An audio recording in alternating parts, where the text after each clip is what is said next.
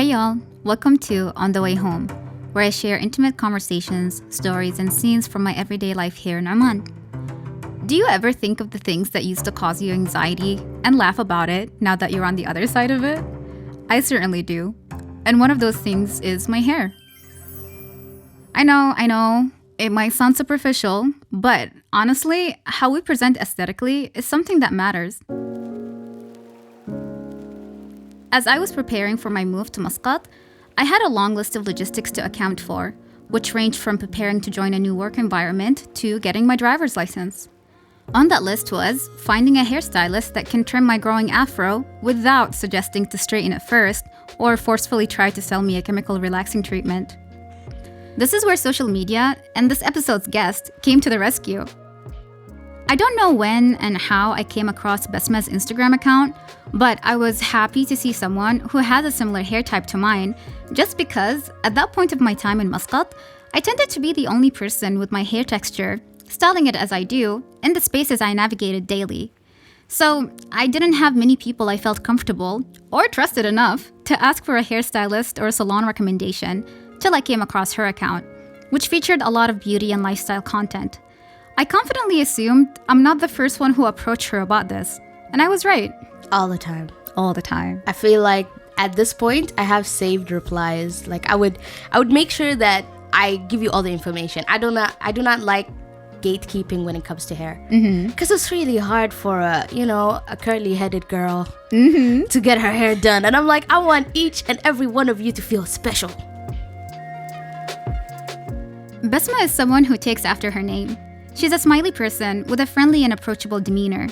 Mind you, I don't know Basma personally, so I was open to the possibility that she might not respond to my messages since she has over 2,500 followers. So I was pleasantly surprised when she did respond. She told me that engaging with her audience is something that she's keen about in general, especially since it's not uncommon for her to run into people who follow her on social media. Thank God, like, I know each and every follower. Like, I would go to their page if it's public, and I'll try my best to remember them. Because I did get approached by people that I wouldn't recognize, and I try to remember them so that I like when I go to someone that I follow on social media and they're like, oh, you're Basma. I'm like, you know I exist? I love that feeling, and I love to give that love back. So I feel like people perceive me as the friend, but in person, I'm friendly. But like, I agree. Watch yourself when you talk to me. Like, don't be too friendly. Like, some people would take يعني ياخذوا راحتهم معي. Like they would be like, hey, and they would invade my personal space, and I'm like, hey, I don't know you. Don't hug me. You can say hi. You can ask me at least. And but overall, I feel like I have the presence of myself on social media and in person. It's a good one. I always have really good conversations with the people who support me. And I'm glad to bring one of those conversations here on the show, especially because my hair wasn't something I always felt comfortable talking about or knew how to talk about it here in the context of Oman. Prior to inviting Basma to the studio, I went through our chats and noticed that most of our conversations were actually about hair. After a couple of really bad haircuts, I promised myself that if I got one more bad haircut, I will shave my head again and keep a buzz cut till further notice. Thanks to Basma and a couple of other friends who didn't shy away from sharing resources and recommendations, I didn't leave the salon with suppressed tears, nor did I fulfill the promise I made to myself.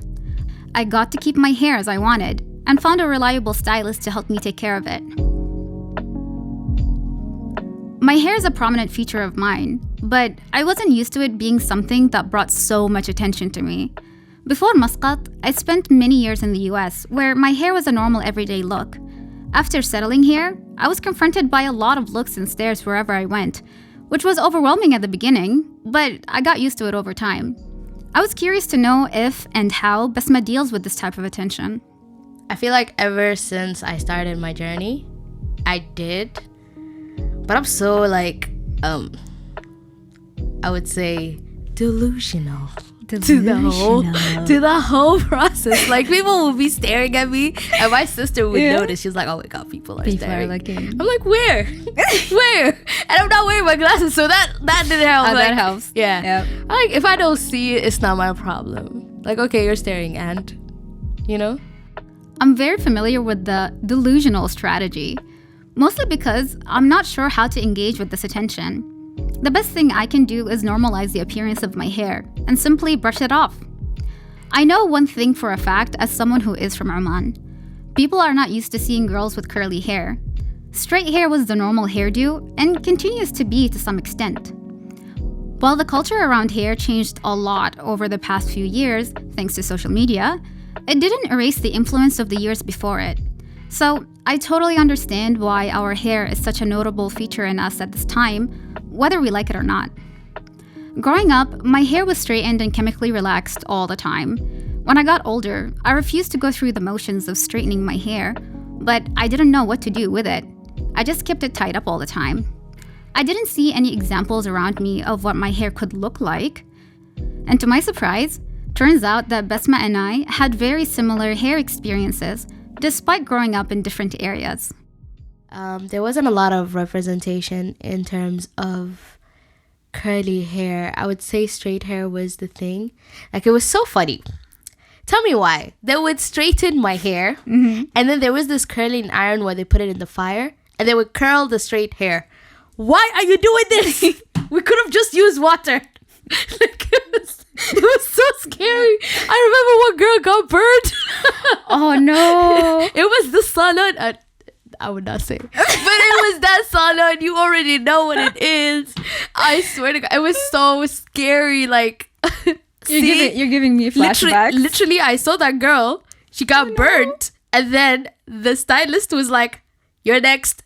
I looked at my sister like, you go first. And no. The thing is, when you're the youngest one in the family, can I say this? It's an Arabic word. Yeah, go ahead. Kibsh al-fida. Yes, You know, like, yeah.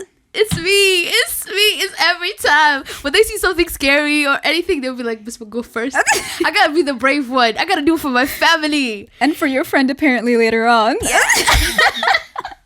Exactly. And it was hard. But I made it. They didn't burn me. They burned my other sister. I don't care. Karma. I did it. I did what I had to do. And the style, like, I would call it the French poodle style. Oh no, I know what you're talking about. Or it's like those dolls, you know, with the curls and and then they would like, for volume, let's brush it. Then put water in my hair. Just put water. Why? It's like psychologically just ruining everything. Like, I don't know what you're doing, but okay, sure, you know. But that was, I think the only representation of how they like curly hair. They like the soft, the big ones, you know. They don't like the tight curls, like the 2B type, yeah. So it was hard for them. And even navigating through my curly hair, I just left it open. Like, I didn't understand what to do. I didn't like doing ponytails. And I always, like, the beginning of my... Oh, this is so cringy. But the first year of doing my hair, my curly hair... During my curly hair journey, I would have it defined all the time. Like, I love defined curls. No frizzes. That looks weird. I don't understand. I feel like right now I'm in a phase where I love volume. Like, little to no definition is fine with me. You know? Like, I love combed out hair. The flashbacks I got during this conversation were pretty vivid and made me laugh a lot even after this interview. Because I'm at a point where I know how and what to do for my hair, those past salon experiences felt so distant. I almost forgot all about my pre-US salon experiences. And then I almost forgot about all the pressure and obsession with straight hair till I talked to Basma. And as is the case with a decent number of girls I talked to, Basma was yet another person who started a curly hair journey because we didn't grow up with the culture, knowledge, or resources to groom it properly. At least that's how I think of it. So, keeping our similarities and differences in mind, I wanted to know more about her journey. I stopped heat. That was the first thing. Like, just stopping heat from my hair, and I was like, let me just leave it as it is. It was damaged. It was just damaged soft hair. And I was like, curls popping, come on now. And I would go to it and be like, yes, this is my hair. You know, at that time, soft curls were like a thing. Not now, not the curls that I have. If these curls were out back in those days, it would be hard for me. But it was that at first. And I remember whenever I go to any wedding, they'll be like, the African one arrived. And I'm like, why do you call me that? For me, it's the confusion of I am. But do you understand why they're saying that? I mean, because I look like I'm from there, not here, you know? And I'm like, but I'm half there. But for me, it doesn't make sense, you know? Yeah, because there's a lot of mixed people in Oman. Like, a lot of us are like visibly have some Africanness to varying degrees in us. I feel like it's a low-key cringe for me. Whenever someone says that, I'm like, you know, it doesn't make sense. It doesn't make sense. As I was editing this episode, I realized that Basma and I kind of started our hair journey at the same time. The digital natural hair movement had a decent archive of curly hair tutorials on YouTube, and that was our main source of information back then. This funny thought came to my mind. What are the odds that we were poring over the same YouTube tutorials while we were oceans apart? This question made me note some of the things that Basma and I have in common. We're the same age, work in media, have the same hair texture and complexion. As for the things that we differ in, she's a Kenyan Tanzanian Omani with a lot of history in Muscat. And while I call Muscat home now, I'm from a Balad background, and unfortunately did not grow up with any cultural African ties. So it was a bit funny to me that we still received the same comments and reactions regarding our hair, and that we felt a similar pressure to present it a certain type of way. At any rate, I remember that the first time I got to see different types of black and curly hairstyles for women in person was when I went abroad. I think I was 16 or 17 at the time, and I was curious when Basma had that first in-person exposure, if she had it at all. First, it was my cousin, actually, who used to like to do protective hairstyle whenever she goes to Zanzibar. But then she stopped. I don't know why, but she stopped.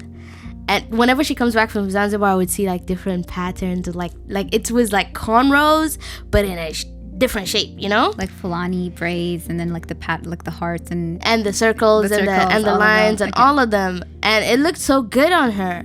But at that time, there were a lot of mindsets, like, and not necessarily in the family, even in the community. Like, I know it's gonna sound funny, but they'd be like, "Why do you look African?" I'm like, I am. I am African. What you saying? You know, like, it's the most confusing question. So whenever my cousins come back, they're like, oh, just because they came back from a trip, but you're not gonna leave the braids, you know? And I feel like when I started doing my hairstyles, it was like a new step. Hearing this was interesting because, again, even though I came from a much smaller town, I got the same general comments about where and how I should wear my hair. Like Basma's cousin, as long as I was outside of Oman, it was fine to wear my hair curly. But once I'm here, well, that's a different story. I never knew what my hair even looked like in its curly state till I went abroad. It took me, quite literally, years to learn about my hair and be comfortable with it. So I was pretty determined not to let the pressure get to me, despite what anybody had to say about it. And Basma was determined to do the same. During her college years in Muscat, she continued to experiment with different hairstyles and went to all sorts of social functions wearing them.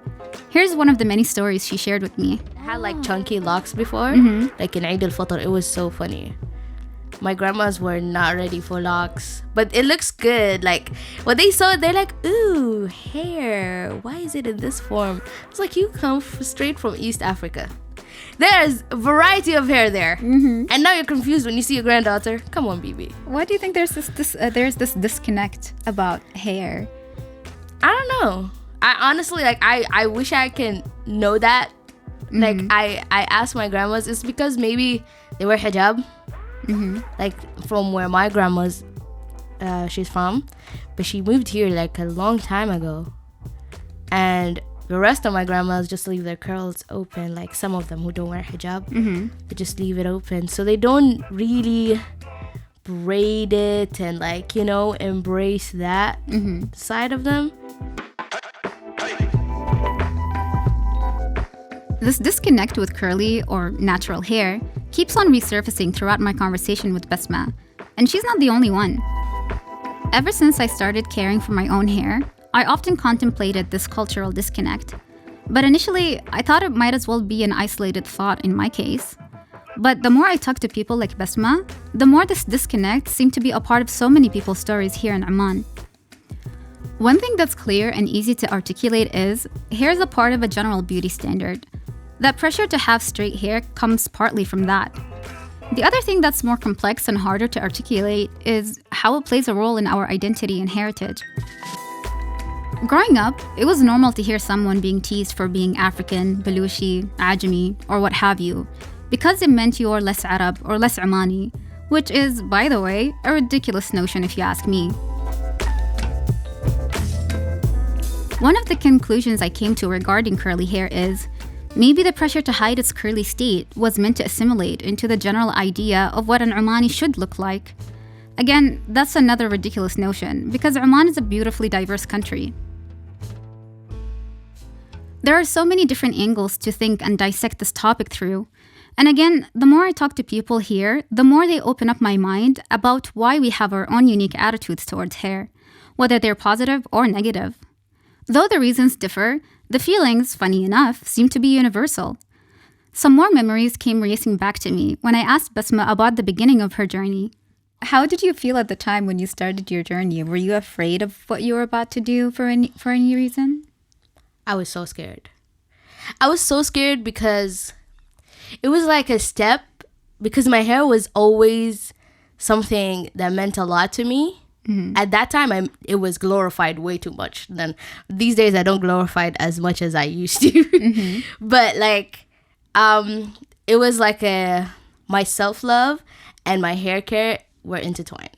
Like, two of them are important. Like, the more I take care of my hair, the more I loved myself. Okay. And everything I would apply to my hair, like being gentle, taking care of it, I would be gentle with myself when mistakes happen or when I think negatively. You know, like I would treat it in the same way to myself. So it was scary to just start that journey alone, especially I had so many fights with my mom. Like she would be like, don't wear your hair out like that. You look like you need to put it right. And I'm like, curly hair does not sit like straight hair. You need to leave it on its own. And then like every argument we would have, and when I pull a look, she's like, oh, like, exactly. You need to believe in me, woman. You know, like, you look good. I can't say anything. I was like, that's you. And I always amp up my mom. I'm like, that's you. You think I look good just like that? No, it's you. She's like, true. My genetics are really beautiful.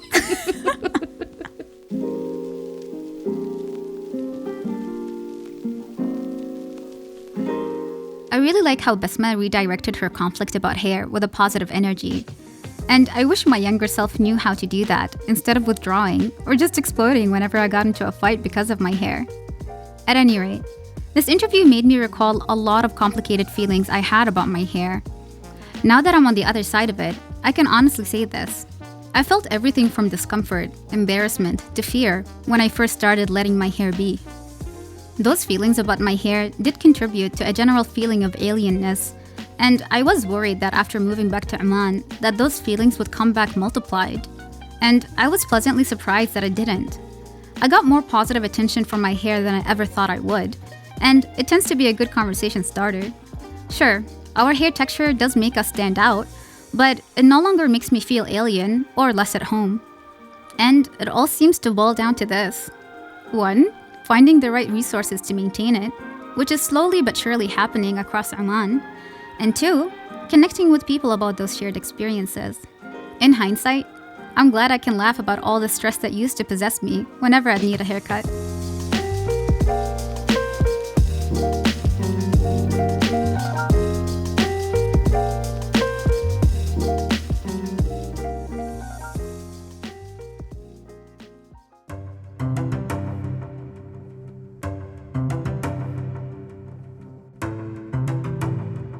On the Way Home is brought to you by Oman FM. This show is available for streaming on all podcast platforms. This episode was hosted and produced by me, Fatema Dinari, and you can follow me on Instagram at Fatema's Eyes, Fatemas Eyes. Sound engineered by Azam Al Raisi, edited and mixed by Abdullah Al Ma'wali. Thank you for listening.